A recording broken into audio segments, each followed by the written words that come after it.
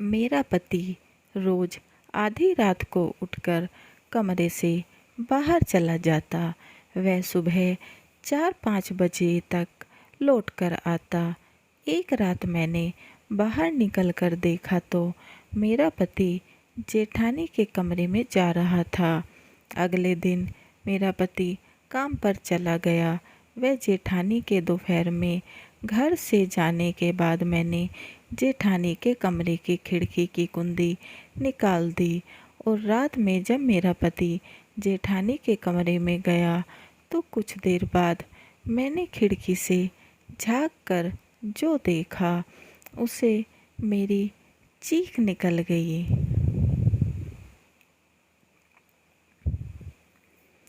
एक लड़की 4 महीने की गर्भवती नंगे पांव बस भागती जा रही थी और सोच रही थी बस जल्दी से अपने घर पहुंच जाऊं तो मेरी जान बच जाए। मैं उस दरिंदे की कैद से किसी तरह निकल तो आई। भगवान बस घर पहुंच जाऊं। किरण एक छोटे से गांव की गरीब परिवार की लड़की है। रंग सांवला लेकिन खुशमिजाज रहने वाली है। किरण के परिवार में 2 छोटी बहनें, एक बड़ा भाई व माता पिता हैं। दरअसल किरण की कुंडली में एक दोष था। वो यह है कि किरण मांगलिक थी। इसी कारण किरण के पापा ने उसकी स्कूल की पढ़ाई खत्म होते ही उसके लिए एक मांगलिक लड़के की तलाश शुरू कर दी। क्योंकि किरण की 2 छोटी बहनें और थी तो उसके पापा उसकी शादी जल्दी कराना चाहते थे और उन्हें जल्द ही एक मांगलिक लड़का मिल भी गया और जल्दी ही किरण की शादी हो गई। वह किरण अपने ससुराल पहुंच गई।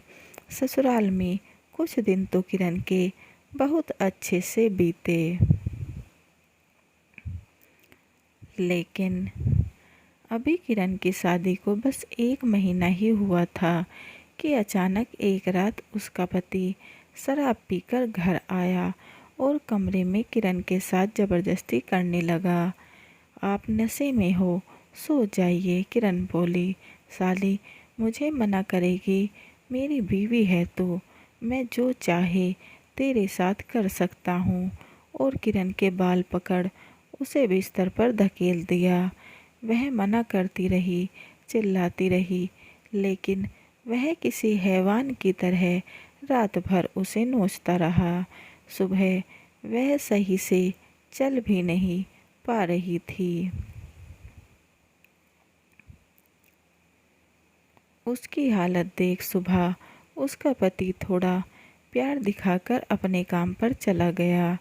उससे घर का काम भी नहीं हो पा रहा था तो उसने घर के काम में अपनी ननद से थोड़ी मदद मांगी। उस पर सास ने उसे 4 बात सुना दी। फिर बेचारी को उसी हालत में खुद ही घर का सारा काम करना पड़ा। दोपहर के समय वह अपने कमरे में बैठी रोई जा रही थी कि चलो कोई बात नहीं, पति है, पहली बार शराब पीकर आया इसलिए ऐसा हो गया होगा। लेकिन ऐसा नहीं था। अब रोज रात को वह शराब पीकर आने लगा। वह किरण के साथ मार पिटाई करता, फिर रात भर उसे जानवर की तरह नोचता और सुबह प्यार दिखाकर माफ़ी मांग लेता। अब दिन पर दिन किरण की तबीयत खराब होने लगी और उसे खराब हालत में भी घर का पूरा काम करना पड़ता। फिर एक दिन किरण को पता चला वह गर्भवती है तो उस रात यह बात उसने अपने पति को बताई कि वह गर्भवती है।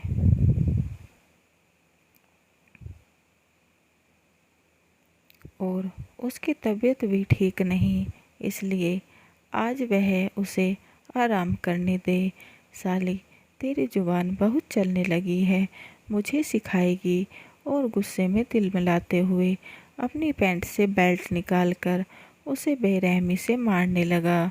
वह रात भर फिर अपनी मनमानी करने पर सुबह वह बहुत खुश था। अगली सुबह हिम्मत कर सारी बात उसने अपनी सास को बताई तो सास बोली, ऐसा तो पति पत्नी के बीच चलता रहता है, ज़्यादा नौटंकी मत कर और घर का काम कर। फिर उसने अपना पल्लू उतार दिया और बोली, मैं गर्भवती हूँ फिर भी चलता है। किरण की सास उसका बदन देख सन रह गई और बोली, मैं बेटे से बात करूँगी। फिर किरण बोली, मुझे कुछ दिन के लिए मायके जाने दो। तो सास ने साफ इनकार कर दिया। रात में जब किरण का पति घर आया तो उसकी माँ ने उससे बात की तो वह माँ को तो कुछ नहीं बोला, लेकिन कमरे में जाते ही उसकी आंखें भूखे भेड़िए की तरह लाल हो गई, मानो उसकी आंखों से अंगारे बरस रही हों। और उस रात उसने किरण को इतना मारा कि अगले दिन वह बिस्तर से उठ भी न पाई। फिर किरण की ननद एक डॉक्टर को घर बुला लाई और किरण को दवा दिलाई। धीरे धीरे किरण की प्रेगनेंसी को 4 महीने हो गए। अब किरण ने अपने पति को हर तरह से समझाकर देख लिया, लेकिन कोई सुधार ना हुआ। फिर उसने फैसला लिया कि वह इस नर्क से निकल कर रहेगी, लेकिन कैसे, सोचने लगी।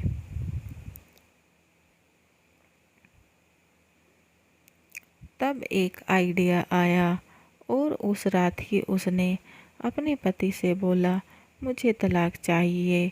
इतना सुनते ही आग बबूला होकर मिट्टी का तेल ले आया और किरण पर डालने लगा। तलाक चाहिए, तुझे आज़ादी चाहिए, चल आज तुझे जिंदगी से ही आज़ाद करता हूँ। लेकिन किरण ने पहले से ही योजना बनाई हुई थी, तो वह जैसे ही उसके करीब आया तो उसने उसकी आंखों में मिर्च डाल दी और एक जोरदार डंडा उसके पैर में मार दिया ताकि वह चल ना सके। और उसके हाथ व पैर बांध मुंह पर पट्टी बांध दी ताकि बाहर आवाज़ न जाए, और चुपके से घर से बाहर निकल गई और भागती रही जब तक वह अपने मायके ना पहुंच गई। हड़बड़ाहट में घर का दरवाज़ा पीटा तो उसके भाई ने दरवाज़ा खोला। किरण को इतनी रात और ऐसी हालत में वहां देख उसके परिवार वालों के होश उड़ गए। सबने उसे आराम से बिठाया, पानी पिलाया और पूछा, क्या हुआ।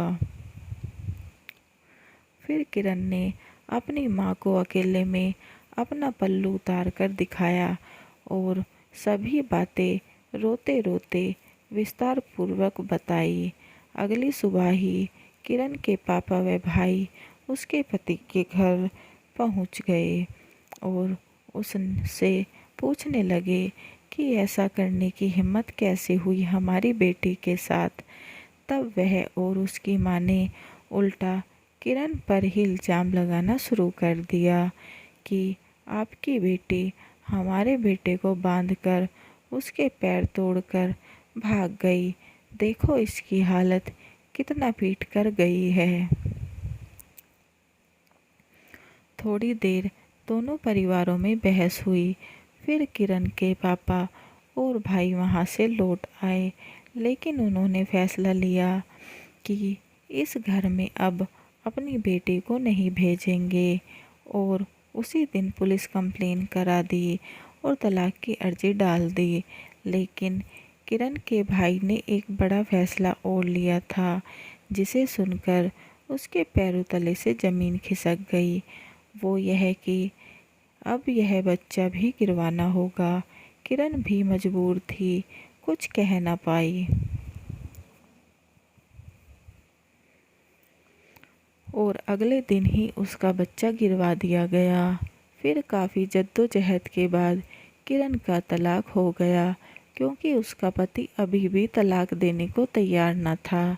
लेकिन किरण के परिवार ने हर कोशिश की और तलाक करा दिया।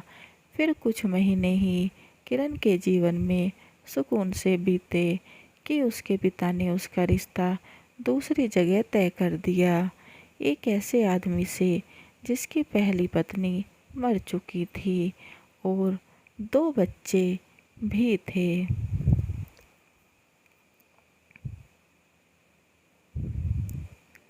और जल्द ही साधारण तरीके से किरण की शादी करा दी गई।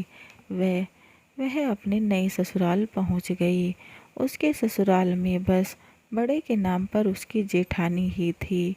थोड़े ही दिन किरण के नए ससुराल में भी आराम से बीते कि वह रोज रात को देखती कि उसका पति आधी रात को उठकर कमरे से बाहर चला जाता है।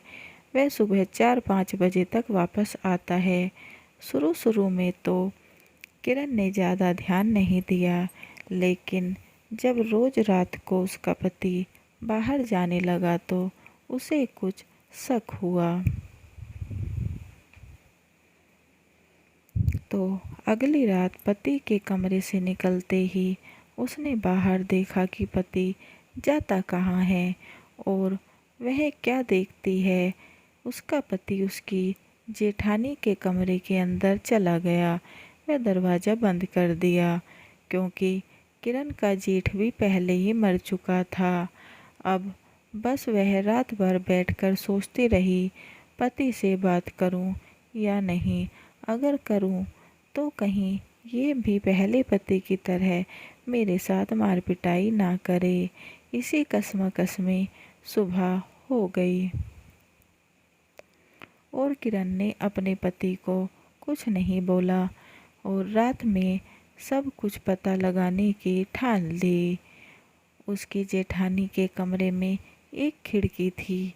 दोपहर में जब कुछ काम से उसकी जेठानी घर से बाहर गई हुई थी तो किरण ने पीछे से जेठानी के कमरे की खिड़की से कुंडी निकाल दी ताकि वह रात में खिड़की बंद न कर पाए और वह सब देख सके। और रात में जैसे ही उसका पति कमरे से बाहर निकला और जेठानी के कमरे में गया तो थोड़ी देर बाद किरण भी कमरे से बाहर निकली और चुपचाप जाकर खिड़की से अंदर देखने लगी। और वहाँ देख उसकी आत्मा काँप गई क्योंकि अंदर उसका पति व जेठानी एक पति पत्नी वाले रिश्ते में थे। किरण उस समय डर के कारण कुछ न बोली और चुपचाप अपने कमरे में बैठ रात भर रोते हुए अपनी किस्मत को कोसती रही। और सुबह जैसे ही उसका पति काम पर गया, वह अपनी जेठानी से बोली, मुझे अपने मायके की बहुत याद आ रही है, मैं एक फ़ोन करने जाऊं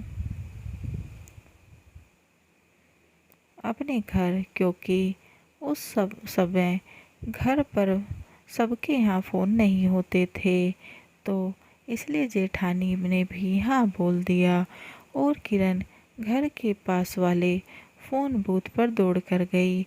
लेकिन वहाँ किरण को एक और गहरा सदमा लगा क्योंकि जहाँ वे फ़ोन करने गई थी वहाँ एक बूढ़ी अम्मा ने उसे बताया कि तेरे पति की पहली पत्नी ने भी जेठानी व पति के संबंध के कारण ही परेशान होकर आत्महत्या कर ली थी।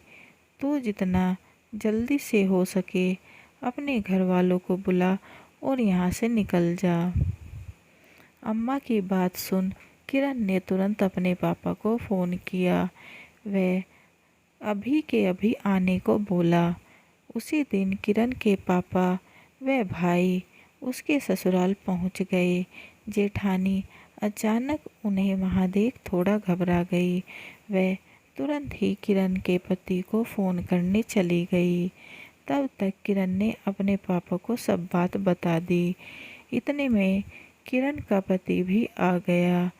तब उसके पापा व भाई ने किरण के पति व जेठानी से साफ शब्दों में बात की, क्योंकि उनके घर में कोई बड़ा भी नहीं था, तो वह दोनों बदनामी के डर से सहम गए।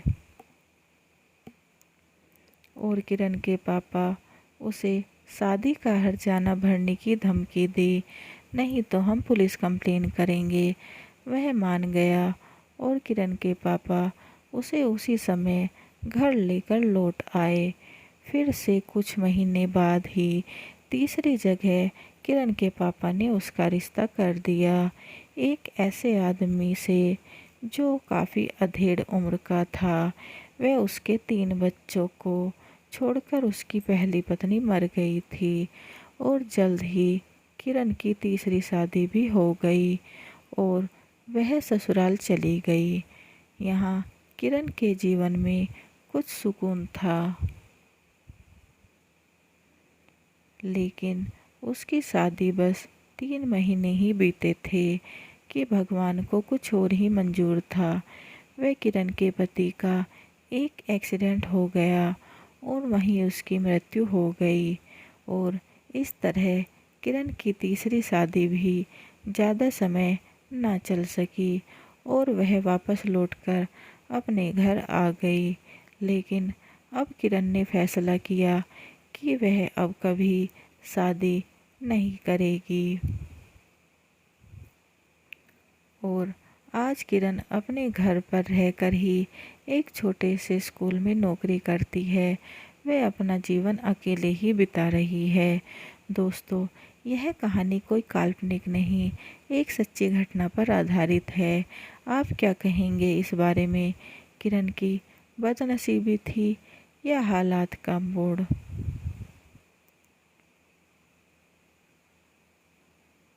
कहानी कैसी लगी कमेंट बॉक्स में ज़रूर बताएं और चैनल को लाइक एंड सब्सक्राइब करना ना भूलें और बेल आइकन को ज़रूर दबाएं ताकि ऐसी ही अच्छी अच्छी कहानियों के नोटिफिकेशन आपको मिलते रहें। And please support my channel. समाप्त।